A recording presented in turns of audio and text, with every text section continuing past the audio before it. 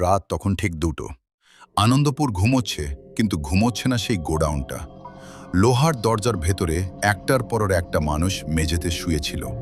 কেউ ক্লান্ত শরীর মেলে ধরেছিল, কেউ স্বপ্ন দেখছিল ভোরে বাড়ি যাবে। কারো হাতে তখনও ময়দার গন্ধ, কারো জামায় প্লাস্টিক ফুলের রং।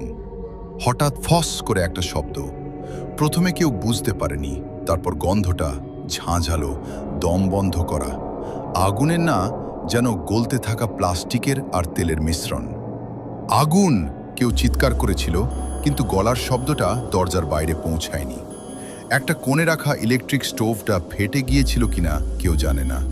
কেউ জানে না পাশের ঘৃত্যিহাসিক ঘর থেকে আগুন এসেছিল নাকি এই ঘরেই জন্ম নিয়েছিল।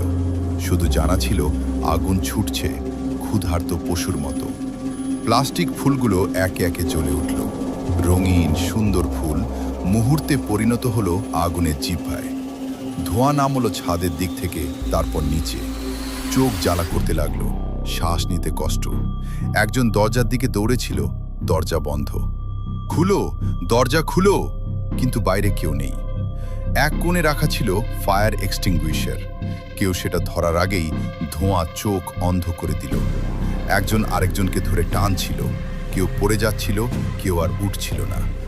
আগুন তখন শুধু জিনিস পোড়াচ্ছিল না, মানুষের নাম, পরিচয়, স্বপ্ন, সব। বাইরে শহর তখনও ঘুমিয়ে, ভেতরে সময় থেমে গেছে। সকাল হলে যা পাওয়া গেল তাকে আর মানুষ বলা যায় না, শুধু পোড়া হাড়। কিছু হাড় একসঙ্গে জড়ানো, যেন শেষ মুহূর্তে কেউ কাউকে আঁকড়ে ধরেছিল। পুলিশ এলো, ক্যামেরা এলো, সংখ্যা বাড়তে থাকলো। 1, 2, 11, 16। কেউ বলল এখানে তো আরও লোক ছিল। কেউ বলল 26 জন নিখোঁজ। নিখোঁজ মানে কি? এই শহরে আগুনের পরে নিখোঁজ মানে শুধু অপেক্ষা। গোডাউনের মালিককে পরে ধরা হলো। সে বলল আমার দোষ নেই, পাশের ঘর থেকে আগুন এসেছে। আরও বলল আমার তো সব শেষ, কোটি টাকার ক্ষতি। কিন্তু যে মানুষগুলো ভেতরে পুড়ে গেল তাদের হিসেবটা কে দেবে? ফরেনসিক রিপোর্ট বলল রান্না হচ্ছিল, মদ্যপান ছিল, অসাবধানতা ছিল। এই শহরে কি সব মৃত্যুই অসাবধানতার? একটি মেয়ে এখনো থানার সামনে বসে আছে। তার ভাই ভেতরে কাজ করত। সে জানে না কোন হাড়টা তার ভাইয়ের। দাদা কি ফিরবে? প্রশ্নটা কাউকে নয়, হাওয়াকে। পুলিশ ক্ষতিপূরণের কথা বলেছে, 10 লক্ষ টাকা। কিন্তু 10 লক্ষে কি ফিরবে সেই রাত?